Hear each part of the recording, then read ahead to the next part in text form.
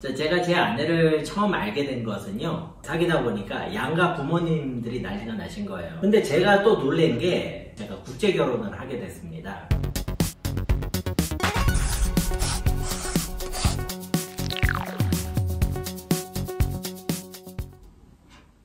안녕하세요. 한중 다문화 가정의 차코페페입니다. 이번에는 국제 결혼이라는 주제를 가지고요, 한번 시리즈물로 여러분들께 공유를 드려보려고 합니다. 저는 중국인 아내와 결혼한 지 지금 11년 차이고요.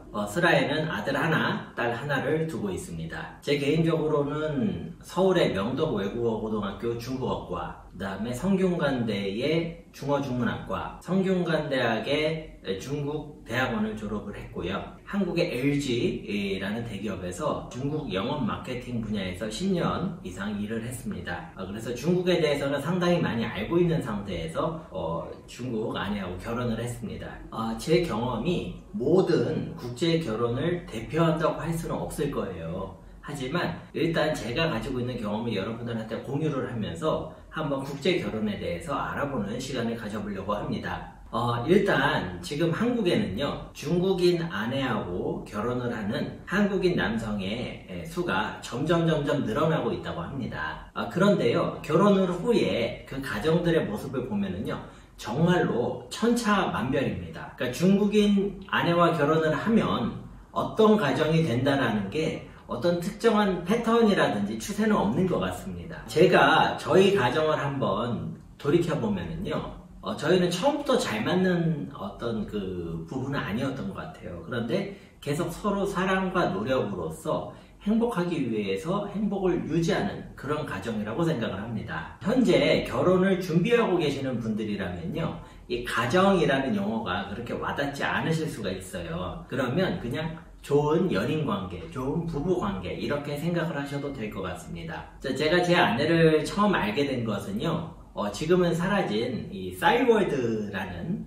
옛날에 그런 프로그램을 통해서였어요. 그때 싸이월드가 굉장히 무섭게 성장을 하다 보니까 한국 외에도 중국에서 중국 싸이월드가 따로 있었습니다. 싸이워왕이라고 불렀어요. 네. 거기에도 똑같이 한국이랑 파도 타기라는 기능이 있었는데요. 파도 타기가 뭐냐면 자기 개인별로 미니 홈페이지가 있어요. 그러면 거기에다가 자기 사진이랑 뭐 음악도 올리고 이야기도 막 쓰는 거예요. 지금 페이스북 하는 거를 PC에서 했다, 이렇게 생각을 하시면 됩니다. 근데 파도 타기라는 버튼을 하나를 누르면은요, 갑자기 무작위로 나랑 아무 상관없는 사람한테 그 사람의 미니 홈페이지로 가는 거예요. 그렇게 해서 제 아내가 처음 제 미니 홈페이지에 왔고요.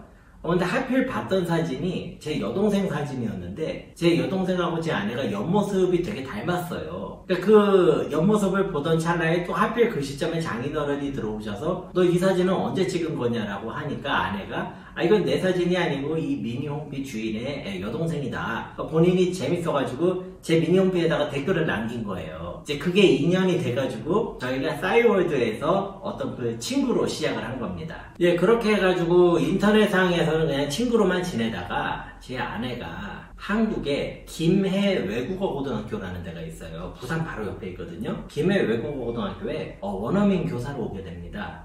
제 아내가 중국에서 중문과를 나온 다음에 대외한어 석사를 딴 사람이에요. 대외한어는 외국인에게 중국어를 가르치는 그런 분야거든요. 그러니까 그걸로 김해 외국어고등학교에 원어민 교사로 왔다고 하니, 저는 이제 인터넷 친구지만 한국에 왔다고 하니 가고는 싶은데 서울에서 멀잖아요. 그래서 갈까 말까 하다가 그래도 한번 용기와 시간을 내서 가봤습니다. 가봤는데 한번 운전을 해서 갔더니 한 6시간 정도가 걸리더라고요. 서울에서 거의 부산까지니까. 근데 제가 또 놀란 게 우리나라가 정말 작구나 라고 생각을 한 게요, 이 대한민국 지형에서는요, 서울에서 부산 그 대각선보다 더 긴 거리가 잘 안 나와요. 근데 제일 긴데 가봤자 한 6시간이면 도착하는구나 생각을 하니까 정말 우리가 좀 작은 면적의 나라에 살고 있다는 생각도 그때 했습니다. 여하튼 그렇게 했는데 이제 왔다 갔다 하면서 서로 이제 사귀기 시작을 해가지고, 그때부터는 제가 이제 그때 회사 취직을 해가지고 막 바쁠 때였는데요. 일주일을 진짜 뭘로 버텼냐면요. 주말에 내려가서 여자친구 만날 생각으로 버텼어요. 한 5시간 반? 새벽에 일찍 나오면 5시간 반이면 가거든요. 그러면 그렇게 운전을 하고 대각선으로 한번 가니까 대한민국에 뭐 더 멀 데가 없더라고요. 그냥 막 다녔습니다. 막 다니면서 저도 그때 한국에 안 가봤던 데 여행도 많이 했어요. 당시 여자친구 현 아내. 그리고 부산 같은 데는요. 제가 그때 정말 부끄러운 얘기지만 태어나서 처음 갔었거든요. 그런데 너무 예쁘더라고요. 진짜 우리나라에 예쁜 곳이 너무 많더라고요. 그렇게 해가지고 데이트도 하고 이러면서 저희가 계속 사귀었었죠. 사귀다 보니까 양가 부모님들이 난리가 나신 거예요. 그래서 이런 것도 조금 부모님들도 안심도 시켜야 되고 해서 어느 정도 사귀다가 제가 당시 여자친구를 데리고 서울로 와서 부모님께 인사를 드리고 또 저도 아내의 고향집이죠. 친정집이라고 해야겠죠. 그 중국에 직접 가서 인사를 드리고 했더니 어떻게 안심을 하셨는데 한번 안심이 되고 끝나는 게 아니고 갑자기 결혼 얘기가 이제 커지더라고요. 그래가지고 그때부터는 이제 결혼 준비하는 모드로 해서 그렇게 해가지고 제가 국제 결혼을 하게 됐습니다. 중국에서 이제 결혼식 본식을 하고요. 그다음에 한국에서는 일종의 뭐 뒤풀이 개념이라고 할까요? 한국에 계신 아는 분들도 모시고 결혼식을 했는데 이 결혼식이라는 게 정말로 할 게 못 되더라고요. 이제 해봤더니 아주 녹초가 되고 사람이 아주 너무 이게 신경 쓸 게 많다 보니까 또 제가 한국에서 그 결혼식 2번째 그거 하고 나서 내가 죽을 때까지 다시는 이제 결혼 안 한다. 또 이런 마음을 먹기도 했었습니다. 자, 그런데요. 결혼을 하고 났더니 이제 함께 살기 시작을 하는데요. 곳곳에서 예상하지 못했던 문제들이 튀어나오더라고요. 자, 아주 쉽게 말하자면 문화 차이 같은 건데요. 예를 들어서 제 이름이 김철수라고 해볼게요. 그러면 한국에서는 김철수 이렇게 얘기를 하는 건 그게 좀 김철수가 잘못을 했거나 아니면 싸우기 전에 혹은 김철수가 무슨 뭐 범죄인이라서 크게 부른다든지 이럴 때 김철수 이런 식으로 부른단 말이에요. 그런데 제 아내는 그냥 수시로 저한테 김철수 이러는 거예요. 그러니까 제가 막 당황을 했던 그런 것도 있고요. 그 다음에 아내가 뭐가 조금 이제 자기 마음에 안 들면 막 목소리가 확 커지더라고요. 그리고 막 눈이 이렇게 커져가지고 막 부라리면서 막 얘기를 하고 이러는 게 너무 당황스러운 거예요. 그래가지고 그런 거, 이런 거 저런 것들 때문에 마찰이 정말로 많았습니다. 신혼 초기에는요. 그러다 보니까 저도 아내도 회사에서 일을 되게 열심히 하는 편이었거든요. 그런데 집에 가면은 쉬면서 좀 리프레시가 되는 게 아니고 집에 가서 이제 또 싸우니까 이게 막 너무 힘들어지더라고요. 이게 생활 리듬도 많이 깨지고요. 근데 지금 생각을 해보니까 그때 그 시점이 정말로 중요한 시점이었던 것 같아요. 왜냐면은요, 제가 그때 굉장히 조금 쉽게 문제를 해결하는 방법은 이렇게 하면 됩니다. 아, 중국 사람 원래 이렇구나. 아, 중국 사람 이게 문제구나. 이렇게 해버리면은요, 정말로 모든 게 다 간편하게 끝나요. 제가 뭐 추가적으로 노력을 할 것도 없고요. 그런데 이상하게 제가 그렇게 결론을 내리고 싶지가 않더라고요. 그런 생각이 되게 무책임하고 게으르다라는 느낌을 받았고요. 그 다음에 제가 저로서는 제 인생을 걸고 평생을 같이 하기로 한 사람인데 내가 이런 고난 몇 개 때문에 이렇게 무너지는 것이 너무나 부끄러웠습니다. 그러다 보니까 어떤 의미에서는 제 사랑을 지키는 것이죠.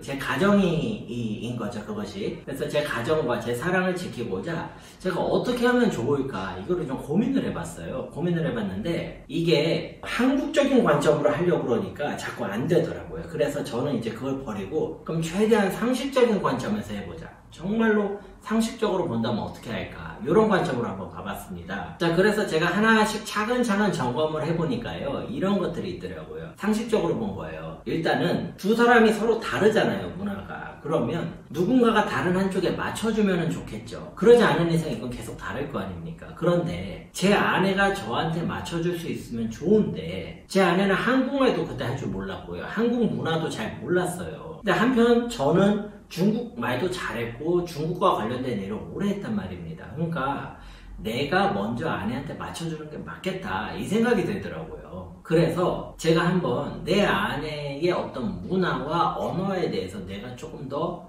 관심을 가지고선 알아봐야겠다 이 결심을 했습니다. 자, 그 다음에 제가 들었던 질문이 이거예요. 아니, 중국 여자들이 저렇게 기가 세고 목소리가 큰데 중국의 남자들은 도대체 어떻게 사느냐, 이것도 상식적으로 질문하니까 이 질문이 나오더라고요. 예전에는 중국 남자들 어떻게 사는지 뭐 관심이나 있었겠어요? 근데 제가 이제 그 입장이 되고 하나씩 그렇게 생각을 해보니까 그게 궁금해지더라고요. 우리가 흔히 중국 남자들은 막 넓은 대륙에서 막 호령을 하면서 막 영웅처럼 살 것 같은데 집에서 와이프가 저렇게 막 무섭게 하면 어떻게 하는가 이런 생각이 또 들더라고요. 그래서 최대한 제 주변에 어떤 중국인 지인이랄까요, 그 다음에 다양한 어떤 그 기회들을 모두 활용을 하면서 제가 어떻게 하면 내 아내의 어떤 그 성장 과정이랄까요, 문화, 그쪽 동네의 어떤 그 언어 환경, 이런 것들을 알아보기 위해서 제가 노력을 했었습니다. 자, 그러다 보니까요, 질문에 대한 답은 안 나오는데 질문만 계속 누적이 되더라고요. 이거는 왜 이럴까? 이거는 왜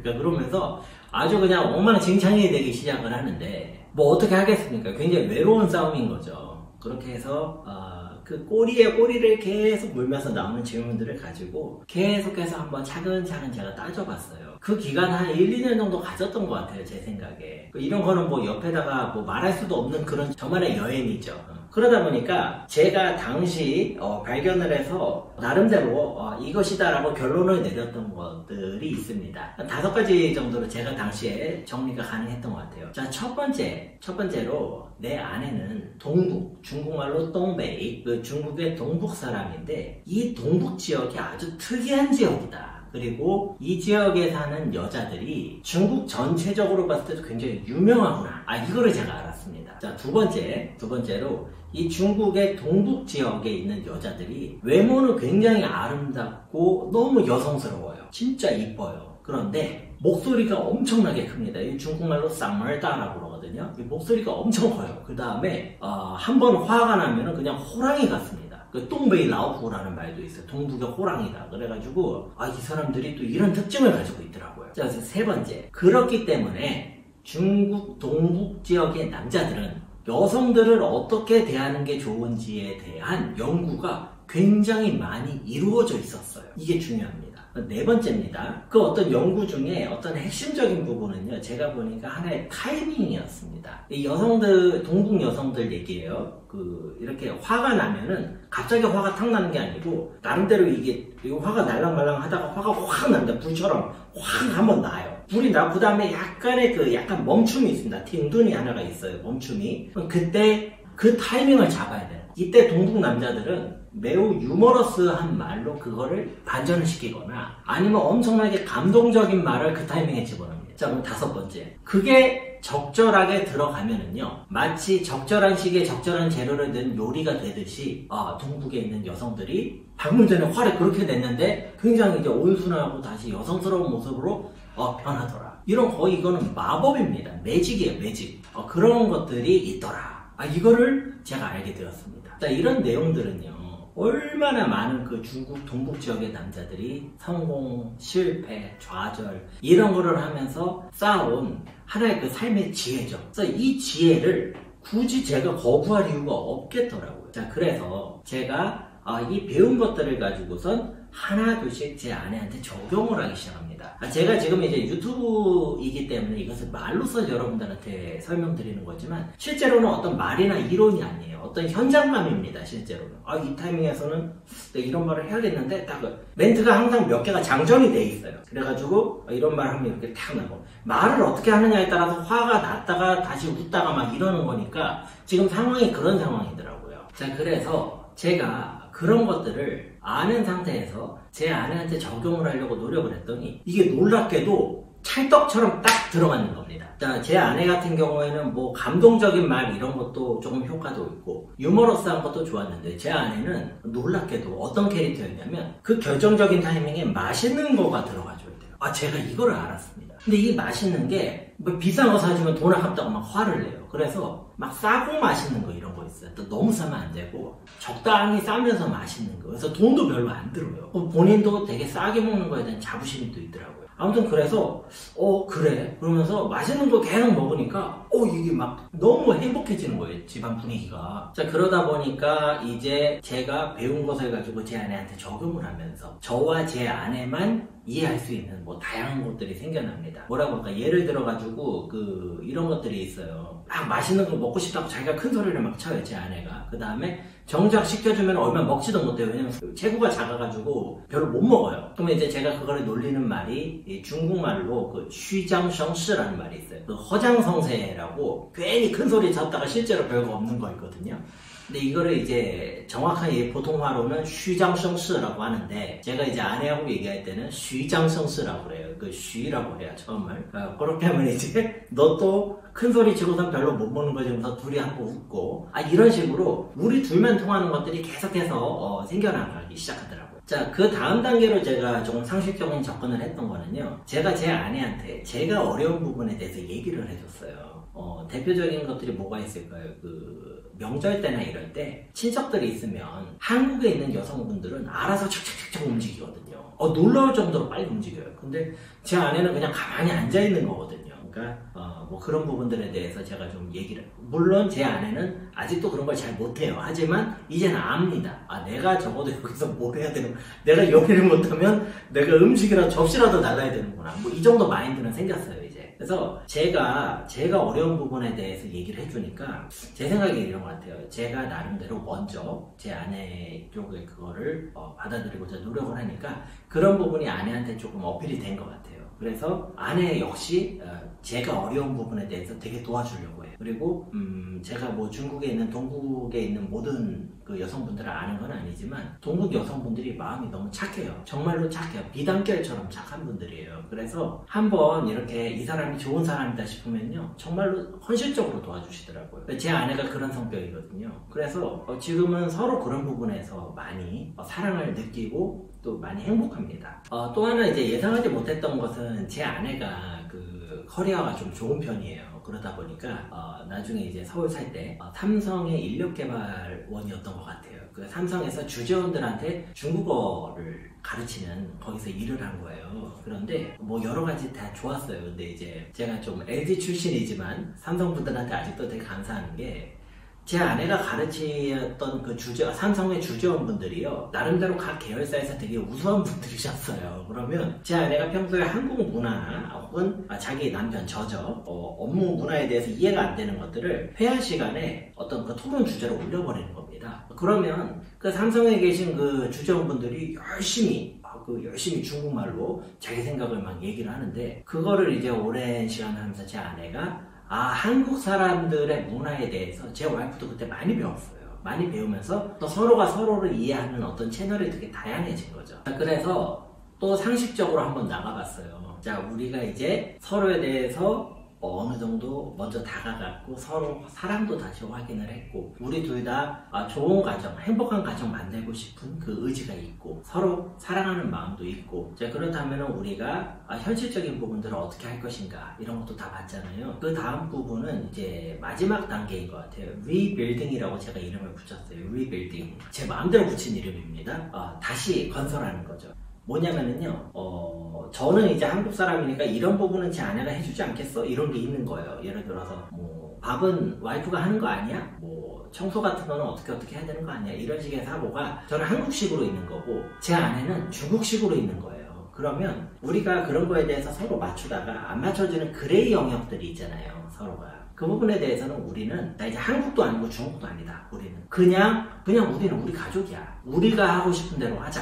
우리가 가장 행복한 방향으로 하는 게 답이다. 이 원칙이 생긴 거예요. 그래서 대표적인 게 이제 요리하는 겁니다. 제 아내도 요리하는 거를 좋아해요. 잘해요. 근데 문제가 제 아내가 저혈압이 있어요. 그래서 잠을 되게 많이 잡니다. 그다음 그 아침에 일찍 일어나서 밥하는 거를 제 아내는 너무 힘든 거예요. 근데 마침 저는 이제 요리하는 걸 좋아하니까 그게 제 업무가 된 거예요. 그러니까 뭐 청소하고 이런 것도 저는 좀 청소하면 스트레스가 풀리거든요. 음악 들으면서 하거나 뭐 이렇게 재밌는 예능 같은 거 들으면서 하거나 그런 거 좋아해요. 그래서 그거는 제가 좋아하니까 하는 거고 제 아내는요 좀 어떤 걸 좋아하냐면 움직이지 않으면서 자본이 쓰는 걸 되게 좋아해요. 뭐 잘하는 건지 좋아하는 건지 일단 본인이 좋아합니다. 그래서 똑같은 돈을 줘도요 제 아내는 쿠폰을 희한한 방법으로 사용을 하더라고요. 그 능력이 되게 뛰어나거든요. 또 뭐 물건 구매, 배달 이런 거 제 아내가 시키고 그 다음에 뭐 주식이나 펀드 투자 같은 것도요 제 아내가 진짜 기통차게 잘해요. 그래서 그런 부분이 서로 이제 분화가 돼 있어요. 그러니까 제 입장에서는 되게 좋은 게 어차피 장가 안 가고 혼자 살았으면 제가 다 했어야 됐잖아요. 근데 지금은 제가 잘하는 부분은 그대로 하는데 제가 잘 못하는 부분은 더 잘하는 사람이 이제 메꿔주니까 제 입장에서 훨씬 좋죠. 아내도 그렇게 좀 생각을 해주면 좋겠어요. 자, 그런 식으로 저희가 이제 한국에서 좀 살다 보니까 저희 첫째가 태어났고요.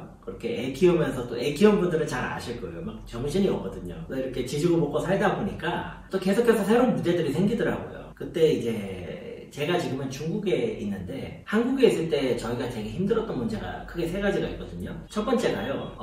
이거는 이제 대부분 국제결혼한 분들이 비슷하시지 않을까 싶은데요. 주변 시선에 대한 부담이 되게 컸어요. 그러니까 뭐냐면 어느 나라, 어느 사회든지요. 남 일에 신경을 쓰는 분들이 계세요. 그러니까 나쁜 뜻으로 신경을 쓰는 게 아니고 본인은 이제 자연스럽게 신경을 쓰시는 건데 그 신경을 당하는 사람은 되게 부담이 되는 게 있거든요. 그런데 제가 보니까 적어도 한국하고 중국만 비교하면요. 한국이 중국보다는 남일에 신경 쓰는 분들이 되게 많았어요. 그러다 보니까 그런 부분에 대한 어떤 압박감이 있었어요. 우리 둘은 문제가 없이 이렇게 하면 되는데 어떤 주변의 시선 때문에 그렇게 못하는 그런 경우들, 그게 하나가 있었고요. 두 번째로는 이제 지금은 이제 한국이 많이 좀 달라지는 것 같은데요. 제가 한국에 있을 때에는요, 회사에서 일이 너무 많았어요. 야근도 잦고 주말 출근도 잦고 주말에 출근 안 하면 집에서 이렇게 그냥 뻗어 있었거든요. 너무 힘들어가지고. 제 아내도 약간 그랬고, 그러니까 제 아내가 그러더라고. 이럴 거면 결혼을 왜 했냐.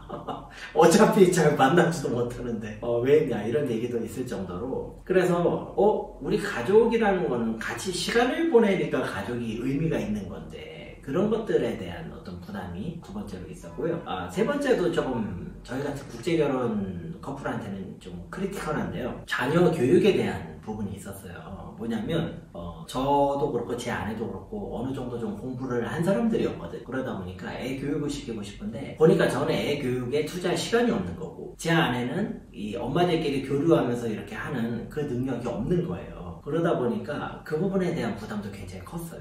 여하튼 간에 국제결혼을 해가지고 살다 보니까 이런저런 문제들은 계속 생깁니다. 이거는 국제결혼 아니더라도 아마 문제는 생기겠죠. 그리고 저하고 제 아내가 그래도 좋았던 거는 같이 문제를 공유했어요. 그 다음에 해결하기 위해서 노력을 했죠. 물론 해결이 안 되는 문제가 초반에는 훨씬 더 많아요. 너무 힘들고 좌절감에 서울에 안양천이라는 데 있어요. 저랑 아내랑 너무 힘들어서 좌절한 마음으로 거기를 이렇게 걷다가 아내가 그냥 훌쩍 주저앉아 버리더라고요. 너무 힘드니까 삶의 무게가 막 울기 시작하는데 달래다가 저도 같이 울어버린 거예요. 그래서 두 젊은 부부가 안양천변에 둘이 앉아서 끌어안고 펑펑 울었어요. 그때 아직도 그날의 생각이 나거든요. 뭐 되게 여러 가지 일들이 많았죠. 그 국제 결혼을 해가지고 생기는 문제점들이요, 일반적으로 한국 사람들끼리 결혼을 한 경우에는 모르는 경우가 되게 많아요. 그래서 우리가 보통 스트레스 받으면 옆 사람하고 이제 공유하고 밥 먹거나 술 먹거나 이러면서 얘기하면서 스트레스를 풀잖아요. 국제 결혼하면 특히 남자분들은요, 그게 되게 어려워요. 그 다음에 속으로 삭히는 분들이 너무 많아요. 한국 남자 특성상. 저 같은 경우에도 같은 국제 결혼한 사람 아니면요, 말이 잘 안 통해요. 이게 너무 환경이 달라요. 아무튼 간에 조금 얘기가 옆으로 샜는데요. 지금 국제결혼을 뭐 고민을 하시거나 아니면 준비를 하고 계시거나 혹은 이미 국제결혼해서 살고 계시는 분들이 많은 줄로 압니다. 제 영상이 되게 뭐 부족한 제 경험에 불과하지만 작게나마 이런 분들한테 도움이 되었길 바라고요. 조금이나마 힘이 전달되었으면 합니다. 우리 진짜 다 같이 화이팅입니다. 다음 시간에는요, 제가 좀 국제결혼의 단점들 중심으로 한번 여러분들께 공유를 드려보려고 합니다. 시청을 해주셔서 대단히 감사합니다.